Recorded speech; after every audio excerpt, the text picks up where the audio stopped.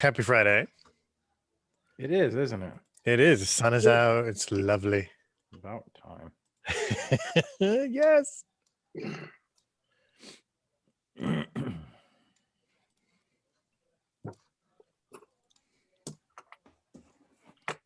Would you like to let me fix my white balance, Don? I have something I was going to show you. This is my white balance card we've all grown accustomed to. That if you watch it, it just takes a minute and then There's no way you can start the day without having Mark wave that yellow thing in your face. well, it's actually white. That's how bad the white balance is on it. It's foam core. And then once it looks at it for a minute, it adjusts. I had something I'm getting ready. And remember now, Mark buys his sunglasses at the dollar store and he gets his speakers at the dollar store. I think he got his webcam at the dollar store. That's what you get, Mark, when you buy it at the dollar store, dude. It's on the laptop. I was going to show you something. Got the laptop at the dollar store. Right. Oh, damn near. I was going to show you something, how it kind of goes along with the theme of, you talk about how we learn to see light when we're exploring photographs and everything. So I'm getting ready to wrap this painting up because I'm going to give it to a friend. But when you look at it, when you look at the painting, the letters look like they're carved into the painting, right? Yes. Okay. Close your eyes for a second.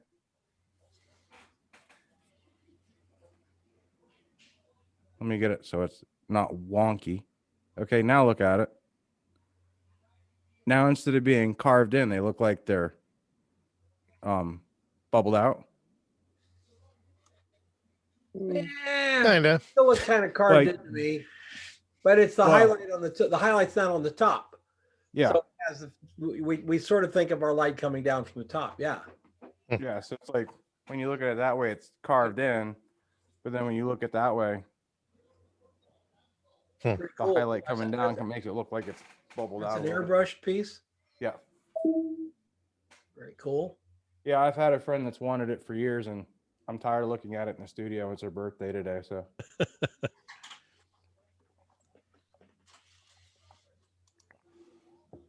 Strange. All righty. So how are things, guys? Good. We Sid and I decided we wouldn't have a we don't have a topic for today because there's just too damn many topics out there to discuss. Free form. Free format. So I was on a website. I posted it in Lighting Essentials in the website there. Lighting Essentials. There's some people out there really invested in the square format.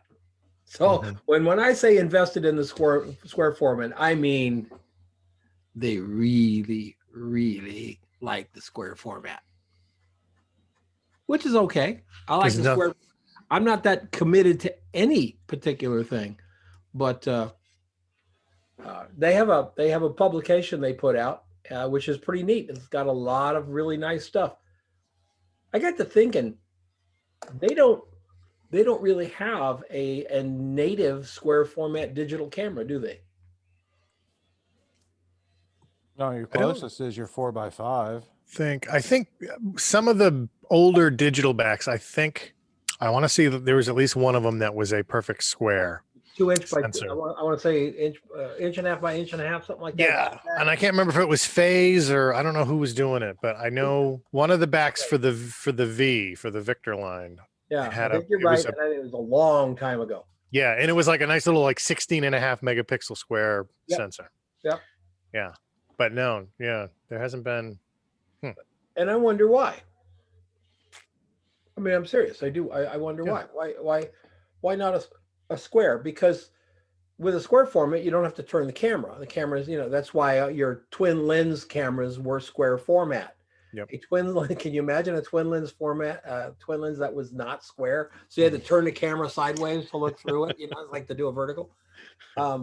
Which that was the whole thing. But the only two square format cameras that I can think of that were not twin lens, and Sid, you're probably gonna remember when I don't, was the Bronica SQ and the Hasselblad.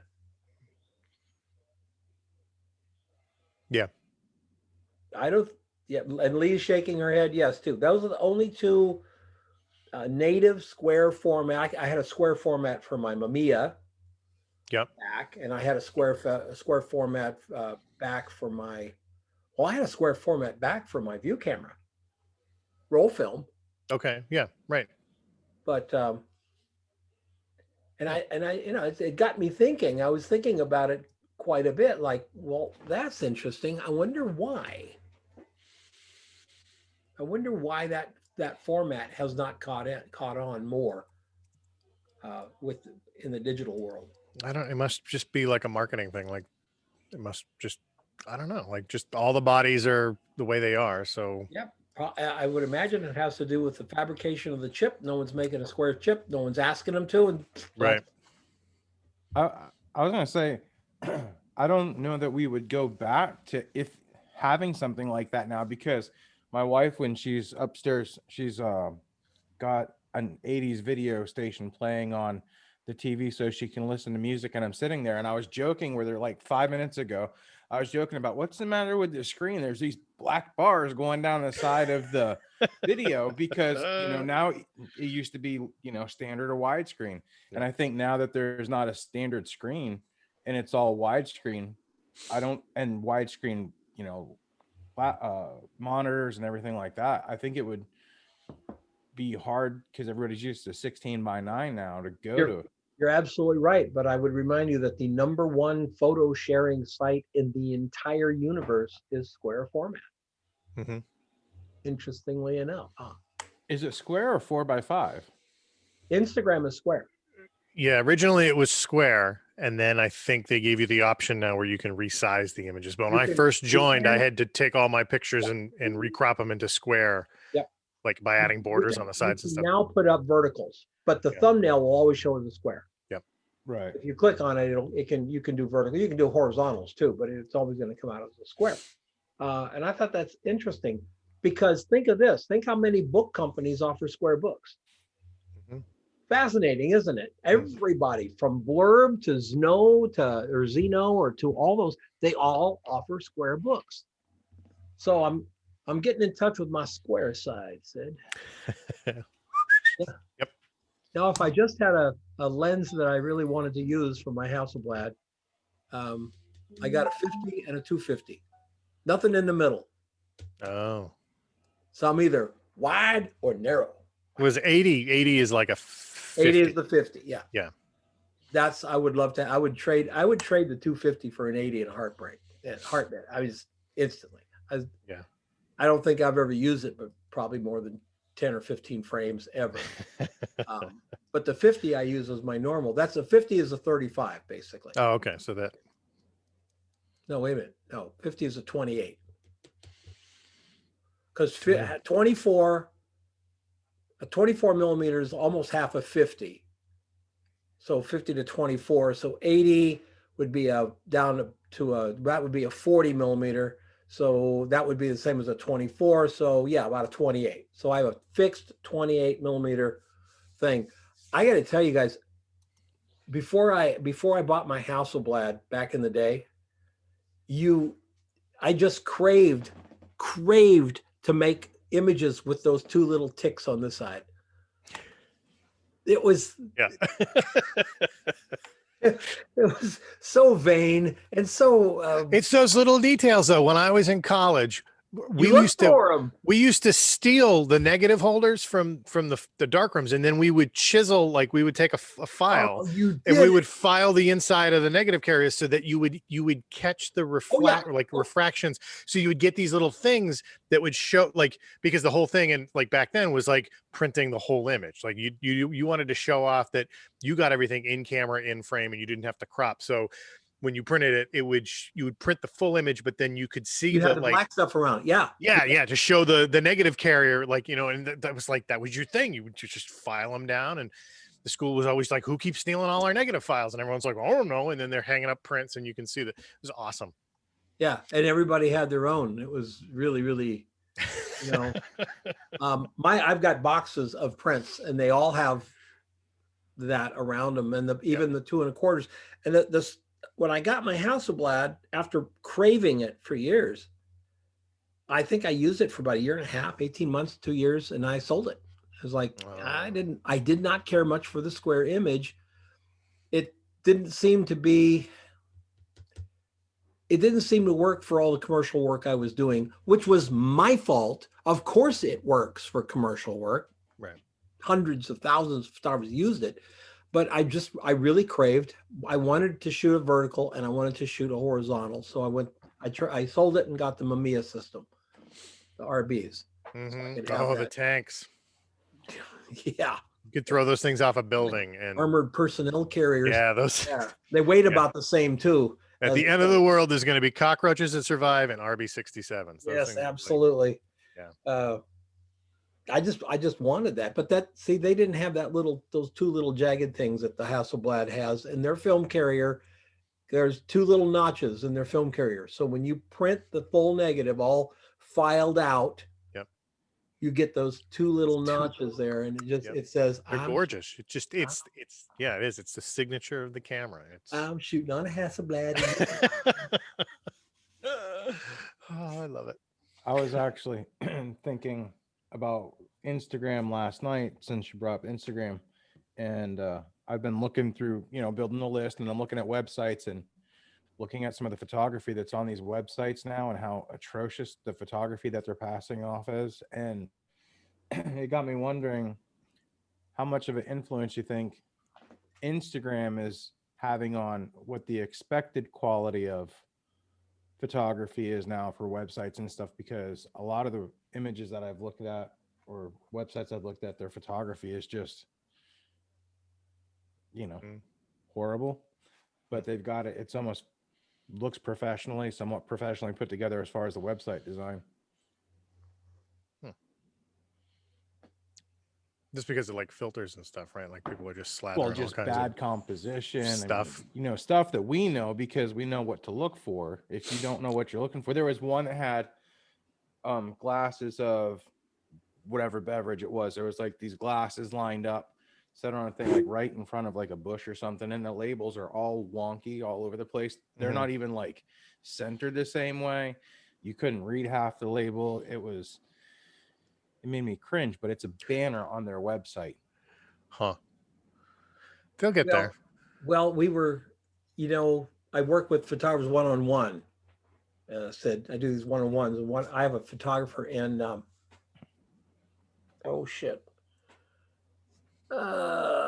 he's gonna kill me for forgetting where he is, but I'm gonna say it's Madison, Wisconsin.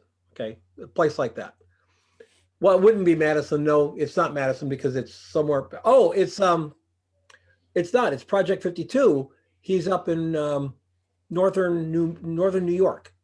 In fact, he may come and join us, Joe Cosentino.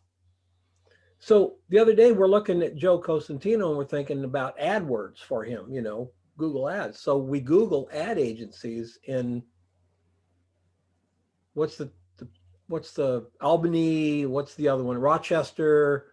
Where does Joe live? Anybody remember? I think it's Rochester, right? He's right near oh crap. He said he's down the street from that college that I shot for him in Hamilton College. I think it's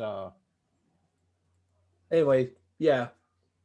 Something up northern New York. So I'm Googling ad agencies. You would not believe the terribly shitty websites that the ad agencies have up here. We're your brand marketing allies, ALLIE. Oh, no proofing. It's like when you're gonna make it, if you're gonna make something so it expands to the screen, know how to not have that happen before you start selling ads to other people.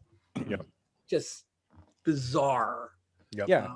I found about 8 ad agencies, and I think there was one. Mark was on that call, I believe. I think we found one. Mark, did we? It was decent. Or were you not on that call? I'm trying to remember. We 4 or 5 calls a week. He's in Clinton, New York. I believe he's near Clinton. Okay. But Yeah, and there's some people that think Comic Sans is a pretty font. You know, you can only explain certain to people, and then when you look at the photography that they've done and trying to explain to them the difference, but if this is what they're using, explain to them that. I'm a little uncomfortable with that, Mark. I mean, when you say Comic Sans, yeah, but if you put a border around the letters and a drop shadow, totally classes it up. Huh? It does. It does. It's like make them blink. It's like lipstick on a pig, you know. If I see another fine artist that use papyrus on their website, like, geez, stop. Like, there's more than just papyrus out there. Like, I get it. It looks like wood. I used papyrus for the logo of a construction company. Oh, no papyrus. 28 years ago. Not allowed. It's time to move on from that font. It's a lovely font. As someone who likes fonts, it's a lovely font. Beautiful and like a woodland, about a billion times. You know, New England feel, but everybody uses it. It's everywhere. It's like, you can't go anywhere in New England without running into something with papyrus. Nope. And coffee shop. And a lot of people, and a lot of them that are running into as well. Once he starts calling some of these ones that are, you know, possible. A lot of them want to do their own photography because, you know, they're so good at design. Hey, why not take that level of greatness into photography as well? And it's pretty sad, in many ways. Very sad. And I always tell every photographer that I speak to, or I talk to college kids and everything, the first thing I tell them, learn, like, you're going to add text to stuff that you do. Learn what kerning is, learn what kerning is, because, oh my God. Yeah. There's one picture I looked at, and I was on, because I don't actually watch TV. Like, I'm on the couch, the TV's on, and I got my laptop on my little lap board, and I was looking at stuff last night, and I told my wife, you could tell in the picture they had a speed light on each side of the guy, and he's wearing glasses, and he's wearing a collared shirt that comes down like this. And I saw the picture, and I asked her, I was like, what do you notice about the picture? And she's like, why does he have cleavage? Because they had bare speed lights on each side, which caught the collar, which made a hard shadow that comes across the guy's chest. That's awesome. And I'm like, because that was the first thing I saw. I'm like, yeah, not modified, not softened. On the side of his glasses, they look like they're glowing. There's nothing wrong with sexing up your images, right? Like, it works for 50%. Like, that's what advertising's about. Yep.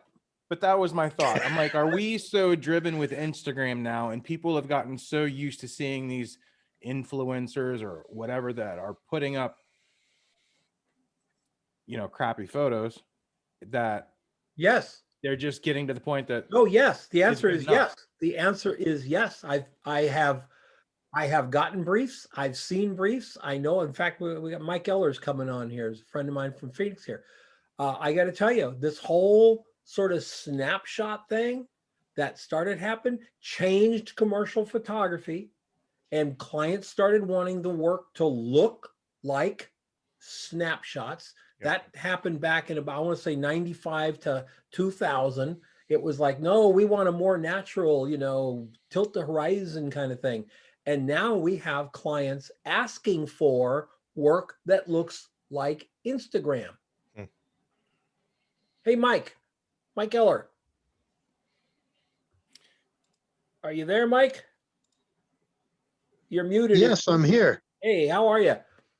I'm okay. Introduce you to everybody here. Mike is a photographer, lives in Arizona here, and been a friend of mine for, well, we're not that old, Mike, couple years. Yeah. Couple decades, maybe 3, 4. Anyway, but you know what I'm talking about, right? When it changed to that, where technique used to be so important, and it sort of drifted off to, like, no, let's get that kind of funky thing. It changed everything overnight. It's a different look that it was a little hard to get used to because it's a little too free for my style. I was more controlled, conscious about the image, little subtleties I was looking at, and they let them go. Those little things were more real. Yeah. And I want to be sure that I make myself clear from where I'm going. It's not that it's right or wrong. Right. It's not that it's right or wrong. It just is. You know, there's that change happened, and now we're seeing clients ask for, and I don't remember if it was Judy or Doug or somebody was saying the client wanted it to look like it looked like Instagram filters. Oh. And it's like, well, okay, look, if you're doing something with a market, a demographic that is under 35, you know, to them, Instagram is the point of everything. It's their life. Yeah. So it's just the way it works. I'm not saying we have to be able to know how to do it. I'm saying that, you know, we just have to accept that it's out there. There's still a lot of photographers like Mike who have not decided to go down that particular road and throw technique all away. And the moment I say that, I want to catch myself and say, however, thinking that what these guys do with this little freer stuff, thinking that's easy is wrong too. It's its own aesthetic. It's just a different one. I find it amazing how we make the assumption that it's easy to do. It's like a movie. People think it's easy, but actually it's hard work to make it look easy. Yes. And make it look real and make it look simple. It's actually harder work to make it look simple sometimes because I'm from the generation of producing the shot. So I tend to overproduce and I can't shoot quite as loose as they would like and free. And it's whimsical thing because I'm more conscious about wanting to tighten it up or something like that. It's a personal thing. It's a growth thing. So we've looked at this work before. Let me share the screen here. The photographer's name is Jürgen Teller. If you don't know Jürgen Teller, you've probably seen his work. Come on, share. This is the work of Jürgen Teller. Okay, Jürgen Teller, kind of like Terry Richardson in that. What's he using here? A tiny little old point and shoot type camera. It's amazing. The types of clients that he has, and yet look, it looks like total snapshot. Look at the flash. Yeah. I mean, look at that, right? Now here's the terrible thing. I've said this to my students in the past. They'll go, "Well, anybody could do that." And I say, "Try it. No, just try it. Yep. Try to do it because it's hard as hell to do it with the finesse that he does it with. It's a constructed non-construction, if you get the drift. But I worked with him when I did with my ad agency. Actually, we worked with Jürgen Teller on a shoot for PeopleSoft.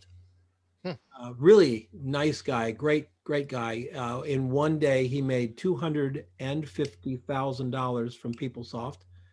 And that was when I realized that, boy, was I in the wrong. You know, that's when I was thinking, well, maybe I'll get me a little point and shoot with the little flash and do that. But how do you copy him? You can't. Anything you do is a bad copy of Jürgen Teller, right? Or Terry Richardson, who is not worth copying anyway. But were you on the job that day? Like, did it give you a chance to sort of watch how he interacted with people? And I was a creative director. I'm the one who hired him. Yeah. We were shooting for PeopleSoft. He came in at the highest bid. We had a bid at 100,000. We had a bid at about 120,000, and Jürgen Teller came in at 250. And you know on Market Street, down where the road is, and you can see the Trans Am building up high. When you're on Market, there's a road you can look down, and you can get the whole Trans Am building because it's down the hill, right?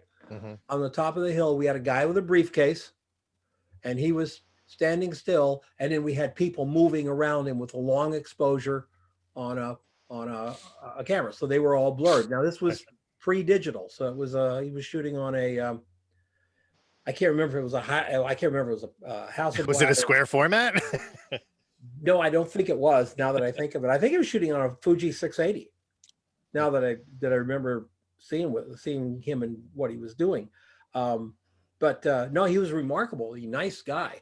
But his crew showed up at 3 in the morning and started cleaning the sidewalk. They sprayed the walls off of the bank building that's on the corner because, and this was, oh geez, guys, this was 1999, I believe. This was before the amount of homeless that is in San Francisco was there that are now there. And that wall was literally yellow because they just walk up and pee on the wall. Yeah. Nice. Anytime, day and night. So they hosed it down, they washed it down. He worked with that model. I mean, just diligently worked with the model. We were done by noon.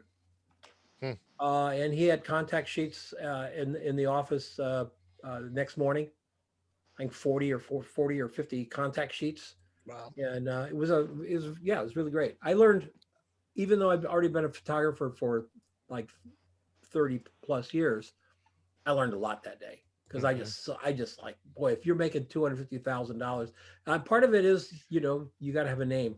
He had the name. And there were photographers in San Francisco said that probably would have happily shot it for $2,000. Right. They'd have been ecstatic to shoot it for $2,000. Right. But remember, PeopleSoft was one of those places that was, full of venture capital, and boy, they just wanted to brag that they spent $250,000 on that ad. And it ran for 6 months, and he had a license fee, and I don't even remember the license fee because PeopleSoft had already moved on to the next bright, shiny thing that they were going to spend money on. Right. But, yeah, fun days. Things were crazy.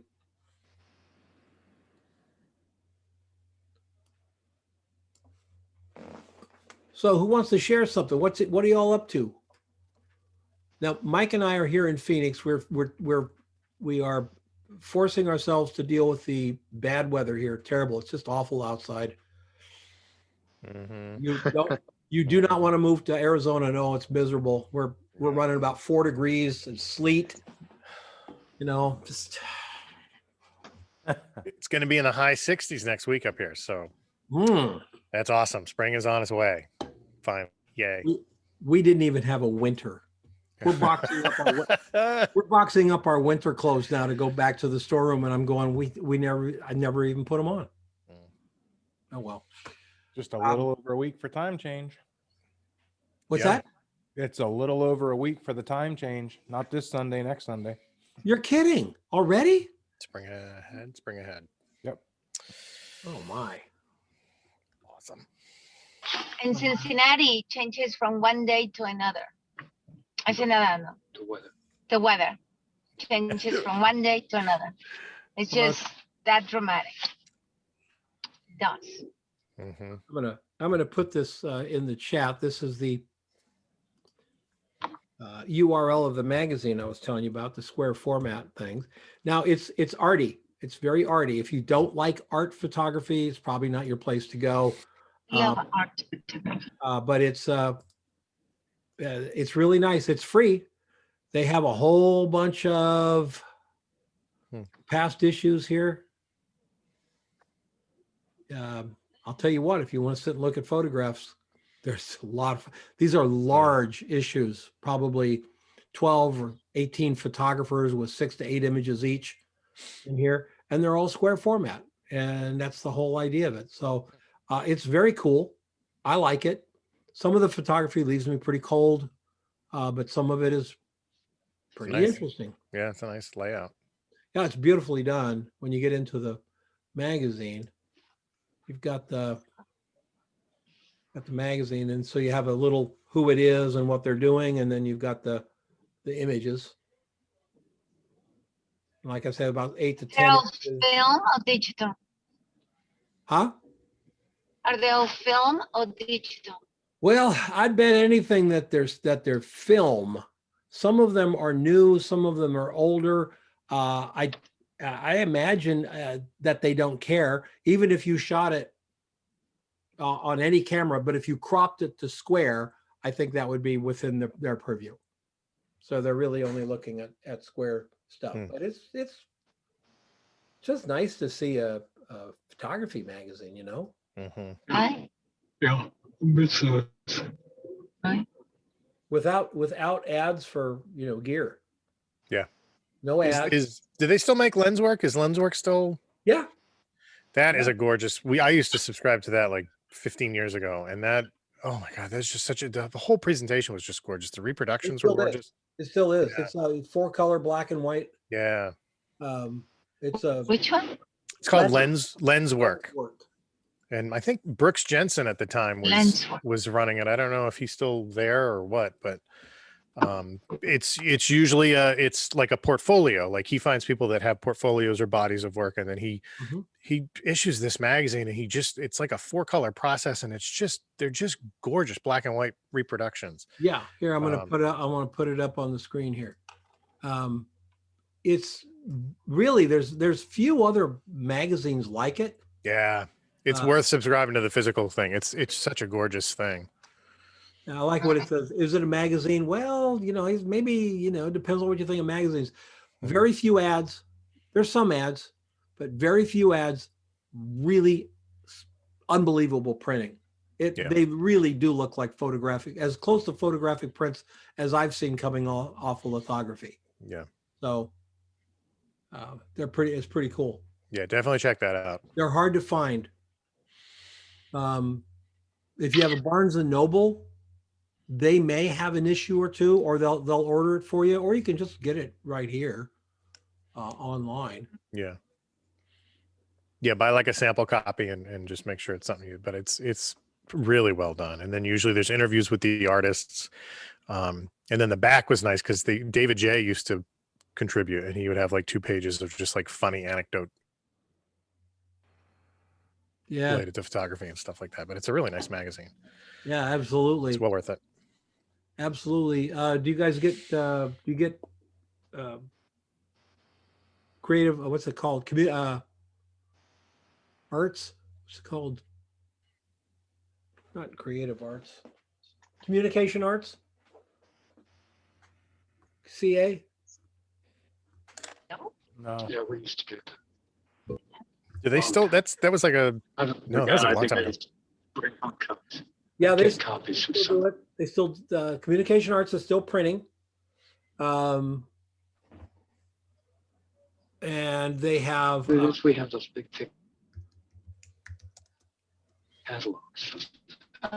They have the the photography edition, the design edition, the advertising edition, and the illustration.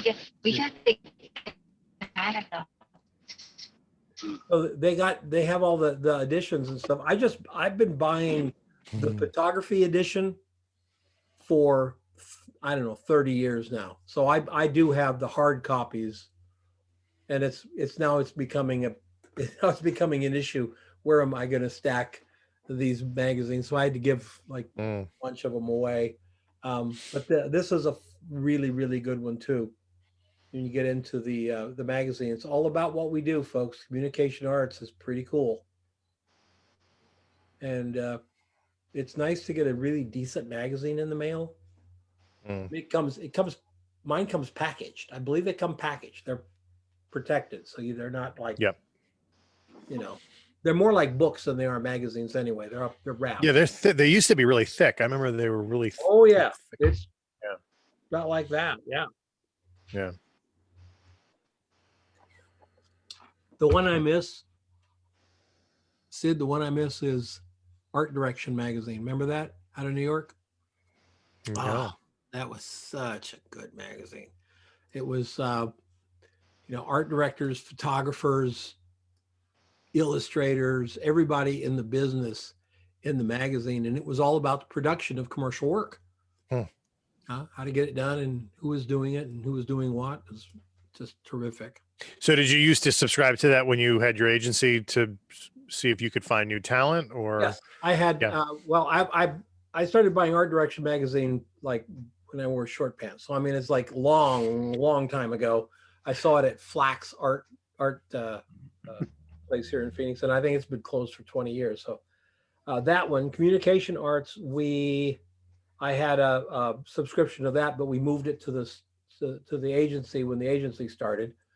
And then because we were an agency that specialized in hiring in using photography, hiring photographers and using photography. If you hired over, I believe it was $20,000 worth of photography a year, you got all the workbooks free. So I had the California workbook, the black book, all of those things were free. And they would come in, and boy, those were the days that you couldn't even get the art directors to go home because they'd be pouring over those incredible books. And it was a blast. It was just a blast. It's just those days are gone. It's so instant now. You know, everything is like when you did a workbook ad back in the day, you would have that ad that had to be into them by the end of March. And the book didn't come out until late September, just before sometime there, 1st of October. So can you imagine with the rate of change that we all do now, you'd be putting stuff up like 6 months before it's even published. Anymore. Yeah, you might be shooting architecture by the time the thing comes out. Yeah. Crazy.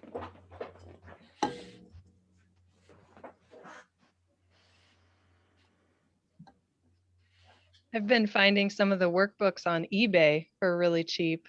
So I've got a couple of them now. The black workbooks? Or the larger size California workbooks?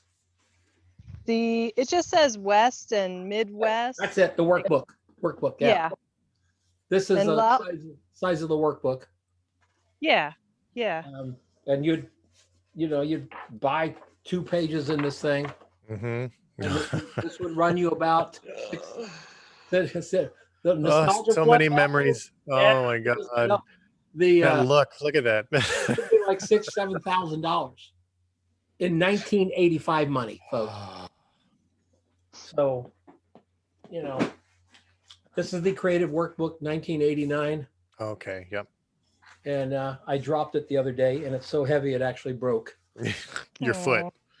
I didn't land on my foot, thank God.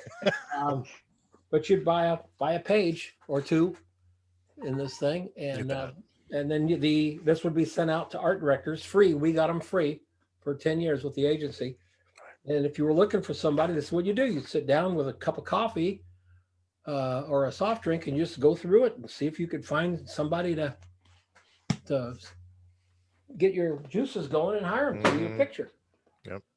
Hey, Don, do you remember AR100? AR100. Yeah, it was the annual reports. Yes. Oh God, yeah, I got 2 of them in the garage. I have 2 of them in the garage. Yes. Awesome. Yeah.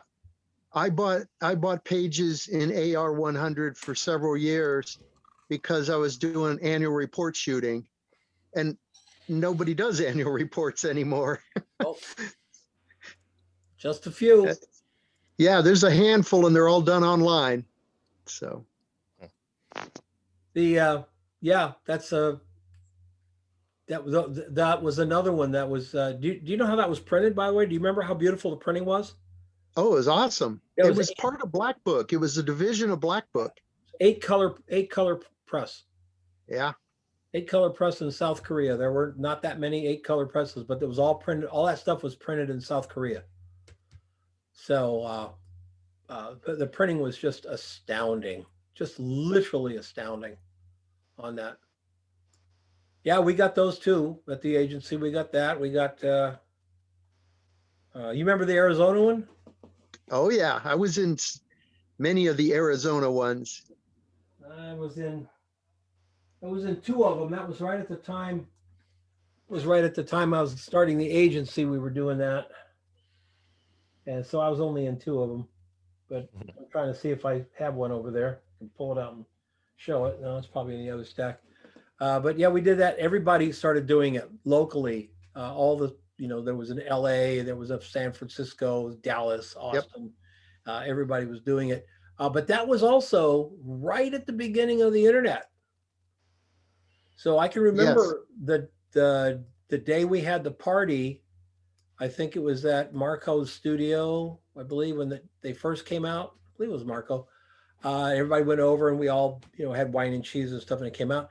That was also the day that my agency signed a deal with WebMD online. We were working with WebMD. So the internet had already made some pretty deep roads. And I remember sitting there holding that thing and looking at my 2 pages going, oh, that's pretty cool. And going, you know, the internet is going to change all this. And it did really fast. I think there was only like 2 more issues after the first. They only did 3 issues, didn't they? Yeah, about 3. There wasn't very many of those. Yeah. I can't, that was Noble. Yeah, Jeff Noble did. Jeff Noble did it. Creative. He did something creative aspects or creative something. He did, like 2, 3 of them maybe. I don't know if he did 4. I don't think it went that far because that would have been. Yeah, it might have been only 2 to 3, and the idea was good, but it just was too late in the game. Yep, because I was picking up that thing. We were already building websites for photographers by that time. Yeah. So we saw the handwriting on that wall. Pretty fun.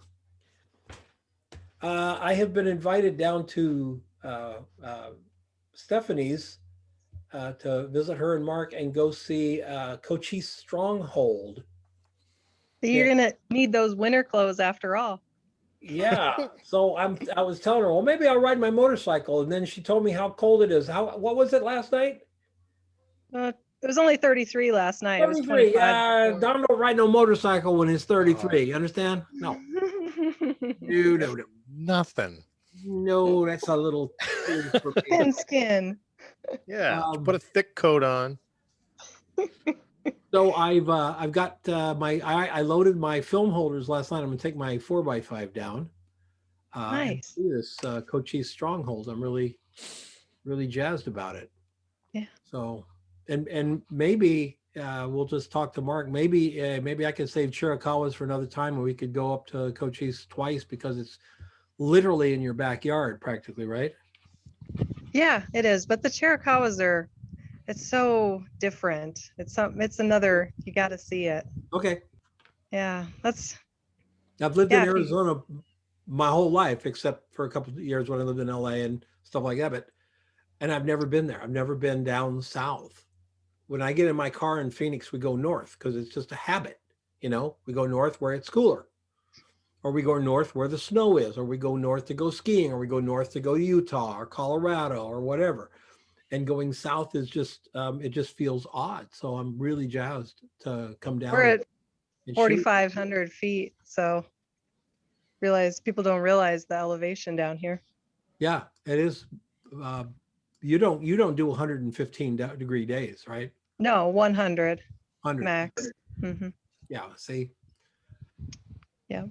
Yeah, you can, if you come down, what you should do is after the next Photo Talk Friday, just get in your car and come down, hit the famous taco place in Benson, and then spend the night, do your classes, and then we'll go to the Chiricahwas or go to the Dragoons and vice versa. We can pack it all in. All right. Well, I'll have to see. I'll have to see if my wife can, we still don't know if she can come or not. So we're waiting. Aww. We should know by mid weekend here. Okay. And then, boy, I bet she'd just love to get out of here about, get out of here on Friday and come down and hang out. Sometimes I'm going to make some barbecue on the Traeger. I think sometimes she worries about being the wife, everybody's talking photography and she's a great photographer on her own. So with her little iPhone. I hope she does. So I have never seen it. So hopefully not this coming Photo Talk Friday, but 2 Photo Talk Fridays out, I may have some cool pictures to look at of a place called Cochise Stronghold, which I've been looking up is one of the more unique areas in the entire world. It's really kind of amazing. One thing that people don't know or say much about it is that it's one of the, I forget, the guy, is it Steve Irwin that traveled the world and showed all the wildlife? He came here to do his rattlesnake special because there's so many rattlesnakes in that mountain. Oh, wow, look at that. But right now it's not snake season, so you're good. Thank you very much, because I was rethinking that whole stupid idea. No, they're still dormant. You're good. We can try to find some. That makes it sound even more inviting. She's just putting the garnishes on top of the meal. That's all. You don't have to worry about the snakes so much, Don, because the rattlesnakes, because the copperheads eat them all. Yeah, exactly. Great. If you can get through the wild javelina, you shouldn't have any problem at all. And for those of you who don't know, wild javelina are dangerous animals. Dangerous. Okay. Pets now. Yeah, there are pets here, but they're not all that friendly. Oh, yeah. When I was 8 years old, my dad helped a guy, a hunter, helped a guy. And I remember sitting in the back of the car while this guy was up in the front of the car bleeding profusely because he was attacked by a javelina. So me and javelinas, we go back pretty far, and I have a very unfond memory of that particular afternoon. Yeah, they can be. Our neighbor's dog was killed by one. Yeah, well, I'm jazzed. I'm going to bring my square format, by the way, down there. See, I'm so excited that I'm not going by motorcycle. I'm going to bring my cameras. Watch, Steph, I'm going to show up at your house with I got my 4x5, my 6x7, and my 6x8. I had to bring the Hasselblad, and here's my F3. Are we going to have to bring an extra cart just to carry everything around? Exactly. You're going to need a pack mule just to bring all this stuff out. I was gonna ask, do you have a little trailer? Just doesn't have to be that big. Just a little trailer. Yeah. Right here. They make trailers for motorcycles. You'll be all set. Right. That's what we need. Yeah. Just hire an assistant for the day. Yes. I volunteer. I'll fly out. I'll volunteer. I think Sid, if I got you out here, I think it'd be hard to get you to leave. We drove, my wife and I in 2002, we drove across the country, and we were mentally making notes of places like Tennessee was really nice, and Santa Fe. Like when we got to Santa Fe, it was just like, this is fantastic. Like there's all kinds of galleries, and like, it's just, they support the arts and all kinds of stuff. So yeah, Santa Fe, we were kind of in love with that area. And Santa Fe is real. That's just, I mean, it's like a drug. Yeah. Yeah, and like Moab was also really nice because it was like a dry heat. Like we got there and it's like, oh, we're hot, but we're not like disgusting, sweaty messes. So that was really nice. And Joshua Tree was really nice, but not the.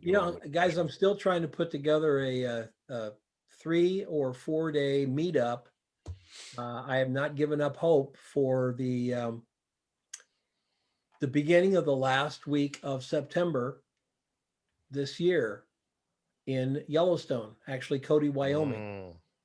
So, those of you who are thinking you might want to get out and get some fall photographs, the autumn leaves and stuff in a place that's really indescribably beautiful.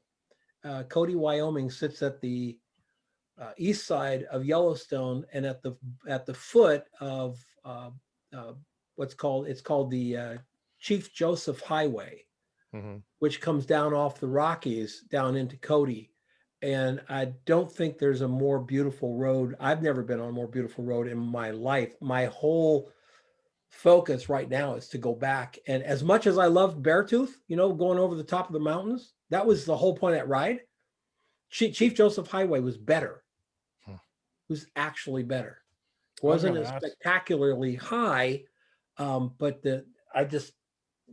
I didn't realize land like that was still out there that you could go and see it. It was literally amazing. And the aspens and stuff were all green when I was there, so I can just see them. They're going to be turning, about the last week of September. They'll be turning and be gold and red, and should be a lot of fun. I was going to ask if that was near Beartooth. Yeah, it's just if you go Beartooth from east to west, you're pretty much down off of Beartooth when you make a left on the Chief Joseph, and it'll take you back to Cody. If you keep going, you go in the top end of Yellowstone. If you keep going up the road, you just come down Yellowstone that way. which would I have not done that, which would also be beautiful. I wasn't going to do Yellowstone when I was there this past year. And I literally got to the edge of the cement where I was pulling off from the motel. And I said, okay, if I go left, I'm going to go to Yellowstone. If I go right, I have to go back through Wyoming, all the flat nothingness of Wyoming. I didn't want to go to Yellowstone because I don't like crowds, but I decided I'll just bite the bullet and do it. I'll deal with the crowds. I just, I'm so close. Why not? Right. Mm-hmm. There weren't that many crowds. Since the buses were verboten because of COVID, there were plenty of people there, believe me, a lot of people, but the buses weren't there. And when you're in the parking lot and you see like 50 bus parking spots, you go, oh, no, that's not my idea of fun. Yeah. Not my idea at all. Yeah, every time we go up to Acadia, that always happens. Like we try to pick the middle of the week, and that's when every busload of old people decide they want to take a trip. And so you get stuck behind all these. It's crazy. And then they all funnel out. Yeah, boy, that'd be fun to go to meet up in Acadia too. I was gonna say, if we went up to Maine, September, October, that would be some pretty good foliage up there. Mm-hmm. I've heard that it's really hard to get a place to stay though. At the hotels, I tried twice in the past 10 years. I tried twice, and boy, the hotels were either, the week before they were like $80-$90 a night, and then there's 2 weeks in October. I guess the first 2 weeks of October, they're $300 a night. Yeah, you'd have to pick an off-season thing because the prices get a little nuts. You got Airbnbs, or my mom and dad have a pull-out couch. And yeah, there you go. Yeah, that'd be the best thing is just get everybody to go in on an Airbnb, and then you just rent a house. Actually, my cousin stayed at an Airbnb. She knows somebody that owns it. It's on Damariscotta Lake, and I think it's like a 5 or 6 bedroom cabin. And I think I have to look. I think it's like maybe 150 a night. I found a place in the Anza Borrego Desert, a house with a pool, a zero-edge pool, overlooking the desert, 6 bedrooms, 6 bathrooms, 2 kitchens. There's a kitchen inside and there's a kitchen right outside the kitchen for eating on the dining, right? $400 a night. Come on, you could put like 10 people in the Yeah, you get 4,000 square foot home. Yeah. So $40 a night ain't bad. Oh well. But I think I'm hoping that we're going to be able to be out moving around here, guys, fairly soon. I think it's coming, and can't come too soon. I think people will still be wearing masks and distancing and doing things like that, but I think the parks are going to open and those types of things to be able to do things again. I wonder if the parks are going to be super crowded, or if you think people start flying and going overseas and maybe do all the European trips that they put off. So maybe our stuff local won't be so crowded. I have some friends in Texas, and Texas said that they're going to stop the mask mandate. The government is not going to mandate that you wear a mask, right? But they're a lot like people here in Arizona, right? Stephanie, there's no government mandate that we have to wear a mask. No. But people wear masks because people aren't stupid. It's like it is like, yeah. So some people aren't stupid. Yeah, well, yes, that's true. I saw a great meme. It showed this shot of a bar in Houston, like last Wednesday evening or Thursday evening, and it's full of people.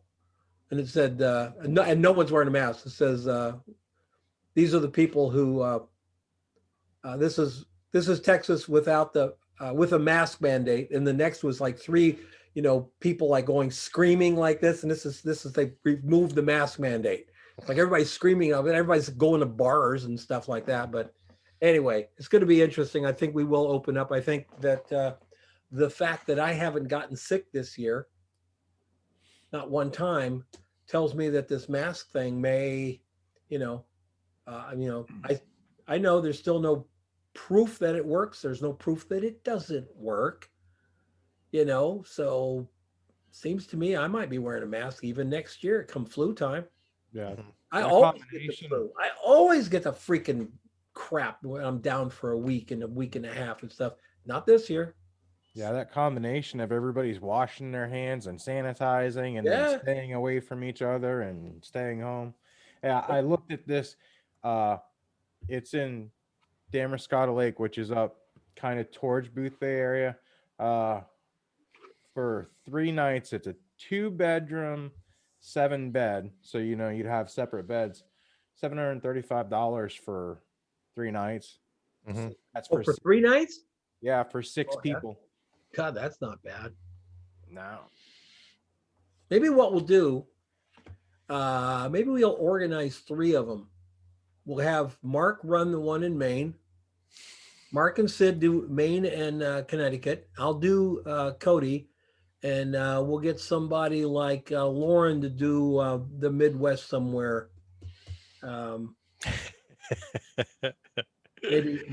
Maybe that stretch of I-10 between Houston and Arizona.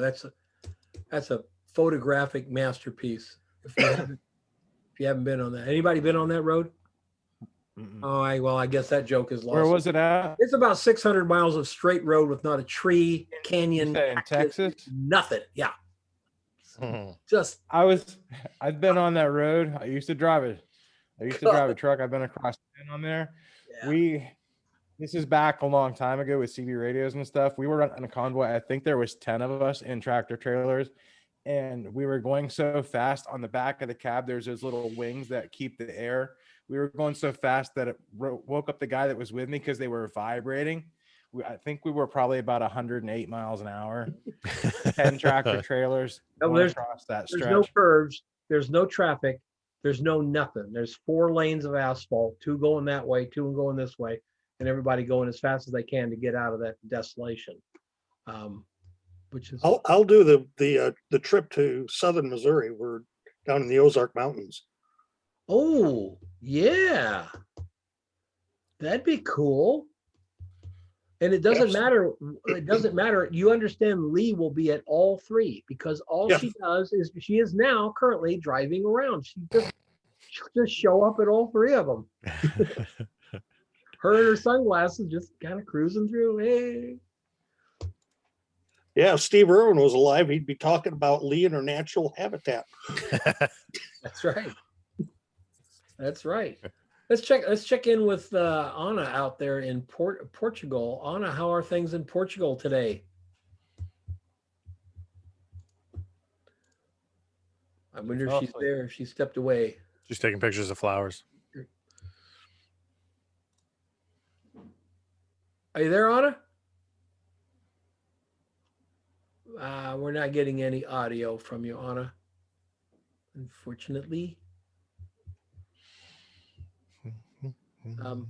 Anna lives, for those who don't know, Anna lives in Porto, Portugal, and definitely is on my bucket list. I just hear it's one of the most beautiful, charming places in Europe. So, no, we cannot hear you, Anna. This audio thing going on. We got Luke here. We got Kevin. Kevin is a photographer in LA. Kevin, you there? Hi, Don. How are you? Good. Kevin still holds the distinction of being the only photographer who's ever taken Project 52 from Los Angeles. True story. He's the only one, never had anybody take it from Los Angeles. Kevin is currently starting his 1700th image since Tuesday. Yeah. I think it's like it's 1400 now since the 10th of January. He's shooting and shooting and doing really great work, Kevin. And that's my new one of my new sayings. Number 1 is shoot more, suck less. Yeah. Number 2 is as you improve, the possibility for further improvement improves. Mm-hmm. Yep, absolutely. So just gonna wait till we get done, then I'm gonna go out, and I got a case of wine that was delivered yesterday. So I'm gonna shoot that before we unpack it, and then I was going to say, shoot it before you drink it. yeah, absolutely. So Let's see if we got Anna. I see Anna, but I don't. No, we still have no audio. Well, maybe I'll have to rethink this whole Portugal thing. That there's no audio in Portugal. It's a very quiet place in the. I can sell Anna the $40 microphone. Hey, Anna, that's right. Mark's got a $40 microphone he paid $1 for. So my daughter came in with a speaker about this big, one of those Bluetooth speakers. This big, it's got a bass thing on the bottom. Oh my God, it sounds great. I said, honey, that's awesome. I said, what'd you pay for that? She goes, $5 at the 5 and under store. What? It really does. Seriously, sound really good. And you put it on like a dresser with a cabinet below, and it womps into the dresser. It has like super bass. It's really cool. No, Anna. Have you got me now? There we are. yeah, there you go. Hello. User error. Sorry, I was connected to my other microphone. There's too many. That's a problem. I've got receiver mics for when we broadcast, and then my podcast mic, and then the Logitech mic. And by the time I come into Zoom meetings, my mind is already fried. So I'm really sorry. Too much technology. I know. Is there such a thing? Clearly there is. Yes. Clearly there is. Yes. But as for flowers, yes, always. There is always flowers here.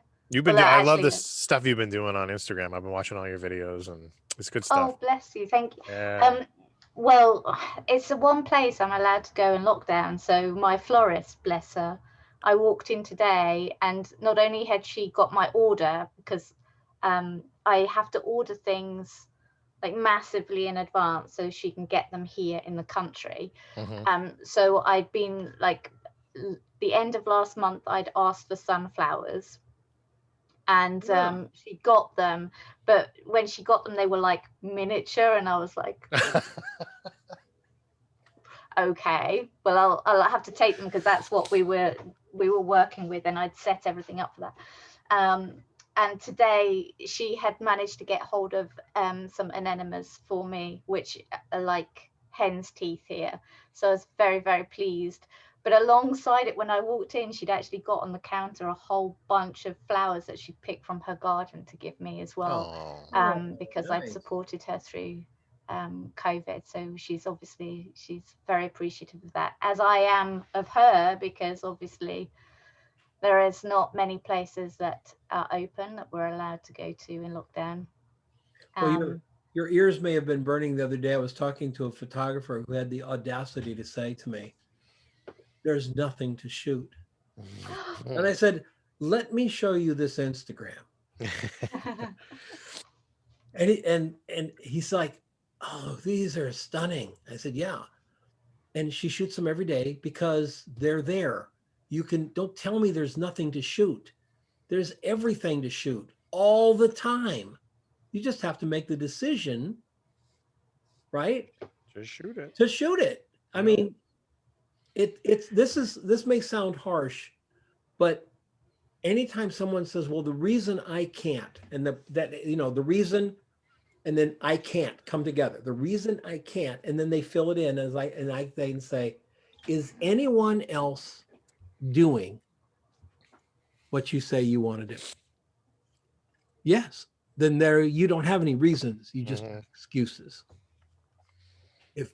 Any human on the planet's doing what you want to do, there are no reasons. They're just simply excuses. You haven't done enough, you haven't worked enough. Maybe you're not talented enough, right?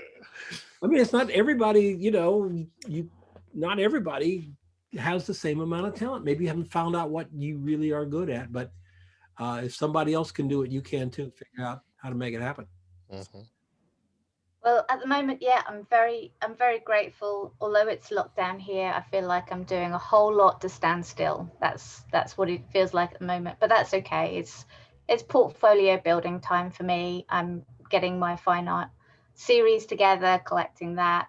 trying to put together some mini courses as well, literally on how to stay creative in uninspiring times, and really just, you know, keep moving. And I'm grateful at least I'm able to do that. It's not like we can do very much else right now, so that's pretty much what's happening for us. So they can take everything away, but they can't take your creativity.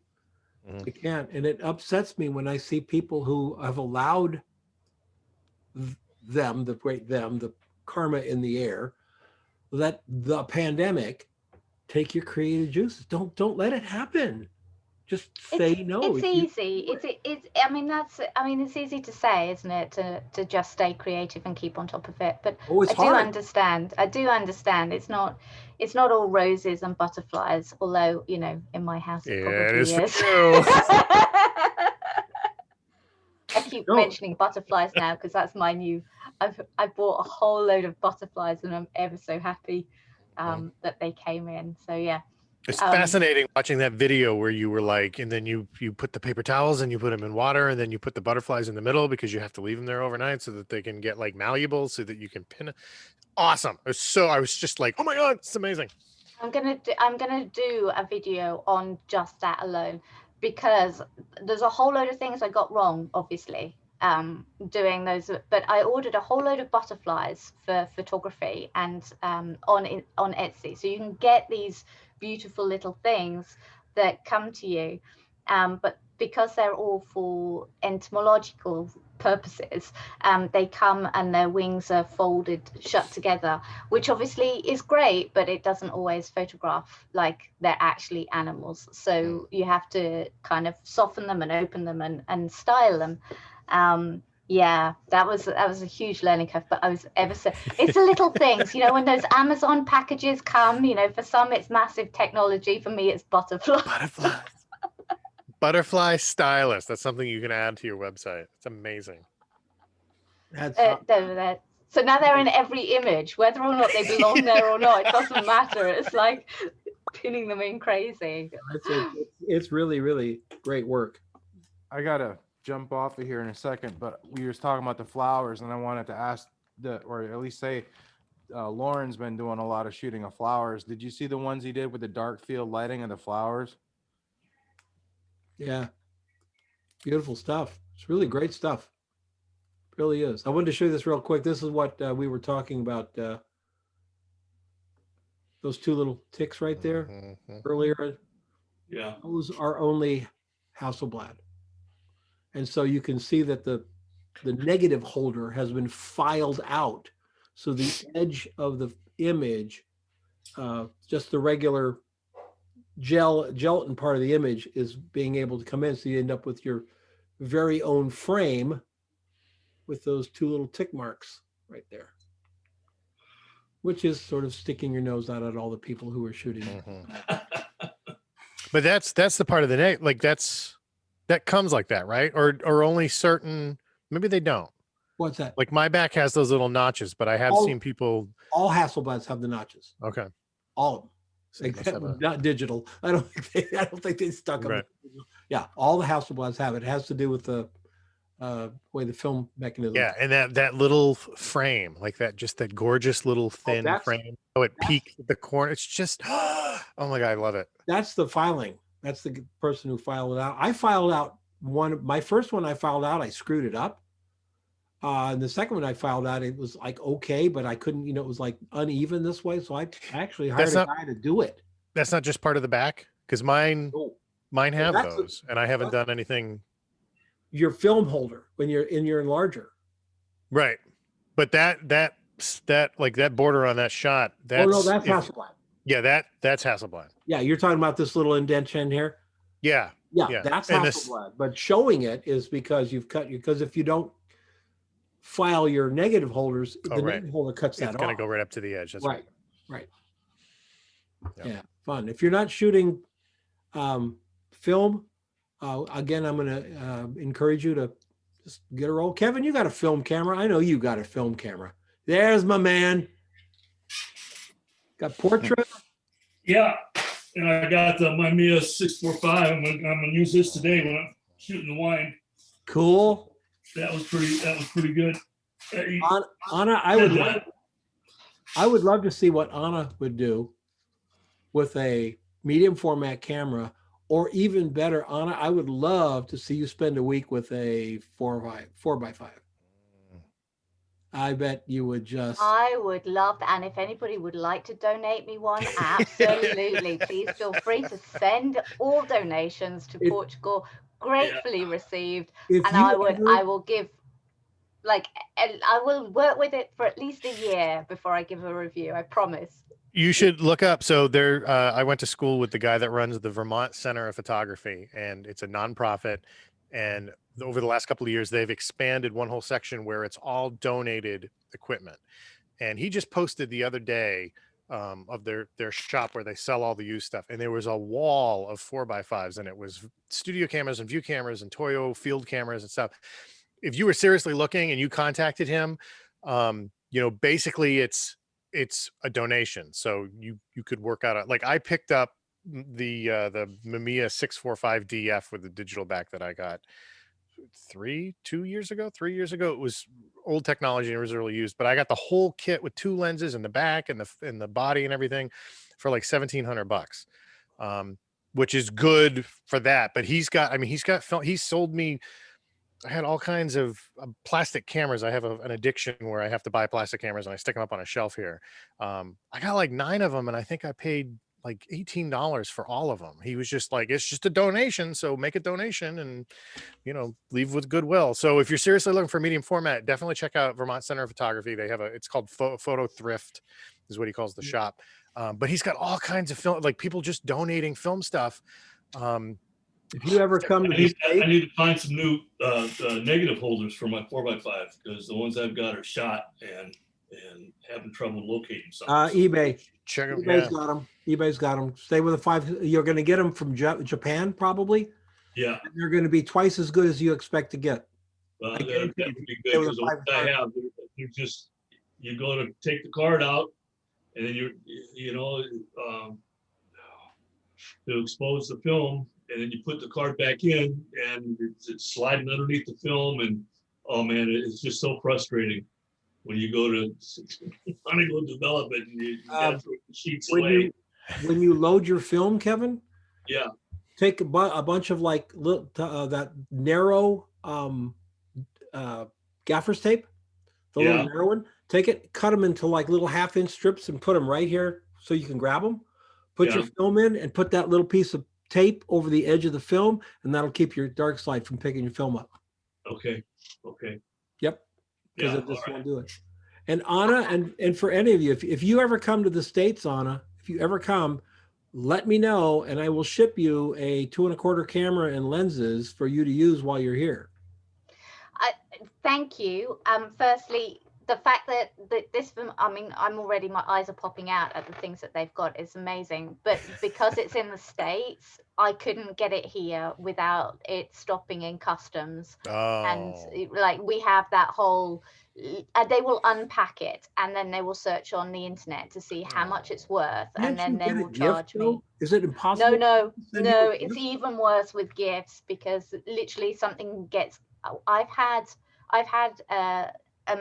lovely photographers gifted me prints and sent it to me, and I ended up paying a lot of money for the gift because they'd searched for it online, and they'd found it, and they decided that was its value, and then they charged me the value plus tax on top of that.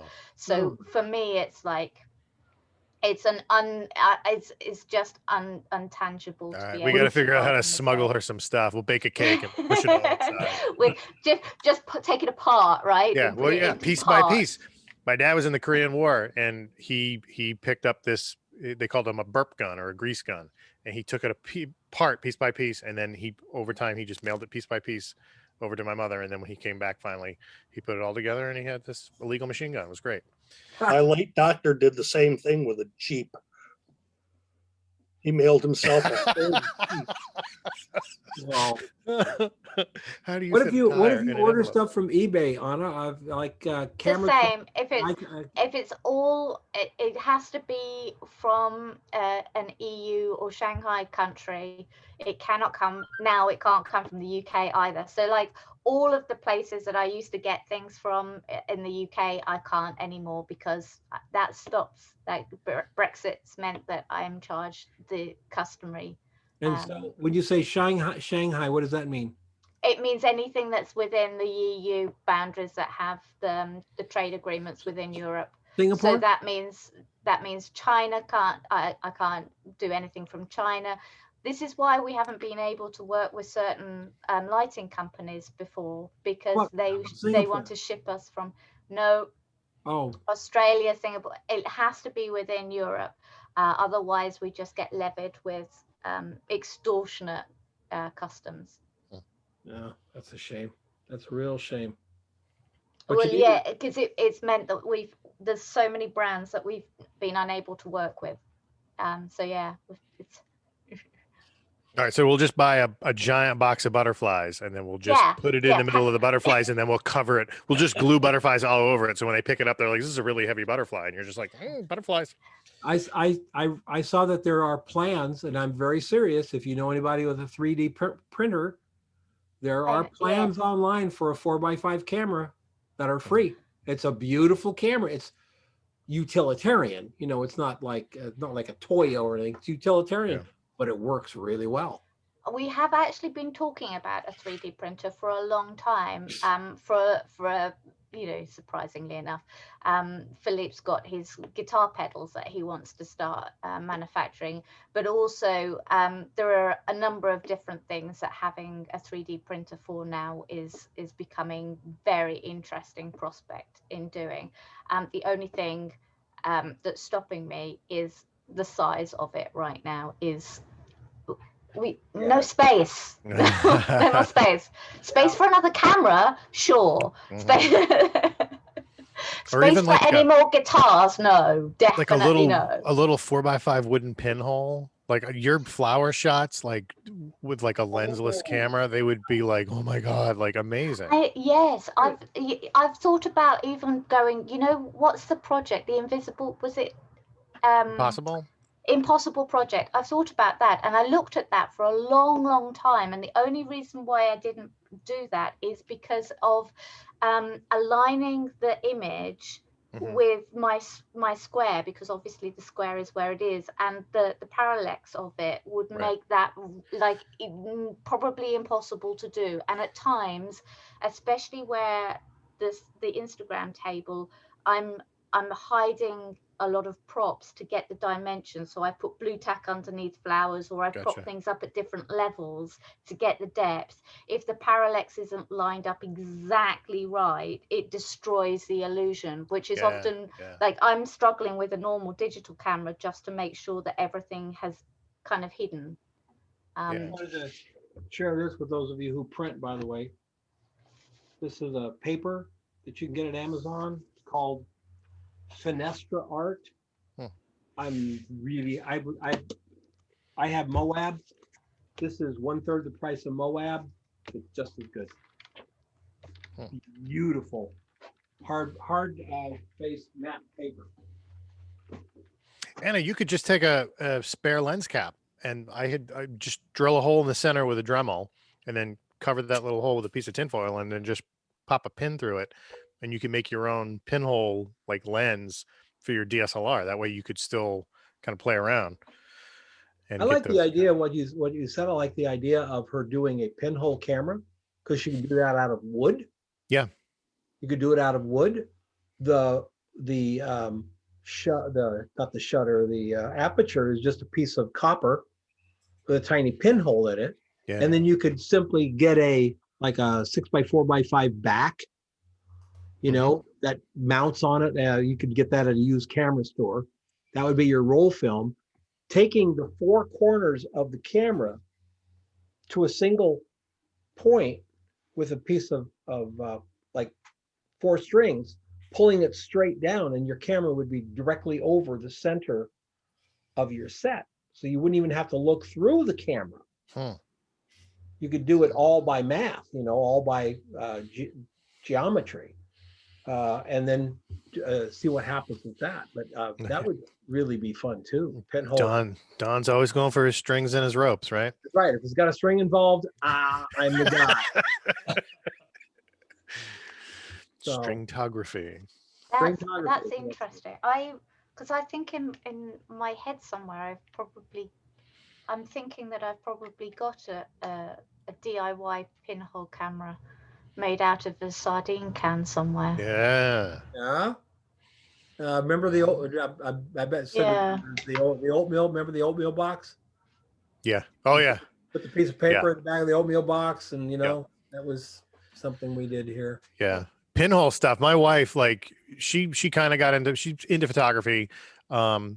She's tried digital and she didn't react to that. And we shot film in college and she didn't react to that. And then I got her a wooden 4x5 pinhole, and she, right around that time, we had started taking an alternative processes class. So we were practicing calotypes and salt prints and platinum palladium printing and all that kind of shit. And we got to albumin printing, and like we went to this area around here with a waterfall, and she shot a bunch of 4x5s of this waterfall, and she brought them back in. And that unique thing of shooting pinhole 4x5s and then making albumin prints where she's mixing egg whites and she's floating the paper on the eggs and everything, that whole, like, to her, it just everything made sense. And like, she brought those images up. We did these contact 4x5 prints, and they were just like pinhole shots of, like, it was just amazing. It was just beautiful. And she just like, she came completely, like, she's like, oh my God, this is it. Like, everything's of the earth and I'm not using lenses and it's just a simple technology. It's absolutely gorgeous. I don't know. Just had to share that. Yep. There's something kind of fun about it. There's a Zen-like. Yeah. So when people tell you, like, oh, I need the newest this and I need the newest that and everything, it's like, I've got a piece of wood with a hole in it, and I'm cracking eggs in my kitchen and putting it on pieces of paper and like making amazing stuff. So I got to tell you, but you can, and I still you can do the same thing with digital. Slow down, take your time, treat your digital camera like it's an 8x10. And if you think to yourself, like, every time I click the shutter, it's like my friend Ben, when Ben clicks the shutter, it's $30. Yep. $30. Click. Yeah. That's easy to challenge yourself, man. Like, just take a piece of gaff tape and cover the back of your screen and just say, I got 2 rolls. I got 24 exposures. I got to go outside and get it, and I got to get it and know that I got it and not chimp on the back of the camera. Yeah, and I'm not going to come back in and go through, like, we all sit in front of Lightroom and there's 850 shots from a day on the farm, and that's ridiculous. You gotta flex that brain muscle going on, a creative lobe in your brain. Because then when you do get to situations where you are going to shoot 850 images, you're going to get a whole bunch of good ones. I have actually just found my pinhole cameras, and you can tell, actually, thank you for reminding me, because they are literally, there you go. Look at this. But the thing is they're held together with elastic bands, and you can tell it's been in such an age since I draw them out that the bands have actually, they're all breaking. They're broken. So thank you for reminding me, because I will just fix that. So thanks. Look at that little sliding shutter that she created. You're going to have to replace those plastic bands. You're going to have to use black professional photo bands, so they're going to get out of here for those. I've got ones that have red rings on them, for $65. Those are nice. Yeah. You can get those. There's a whole bunch of new ones coming out too, like the Peter. I just thought I'd just use string. It's got to be a special kind of string, though. It's got to be like the Westcott string. Can't just be any. Yeah, it just can't be any run-of-the-mill string. No. I'll sell you the string to make a string meter myself on my website. At $39.95, you'll get enough to do 2 different lights. It's fine. The fact that it says clothesline rope on the front, forget that. It's nothing to do. It's just packaging.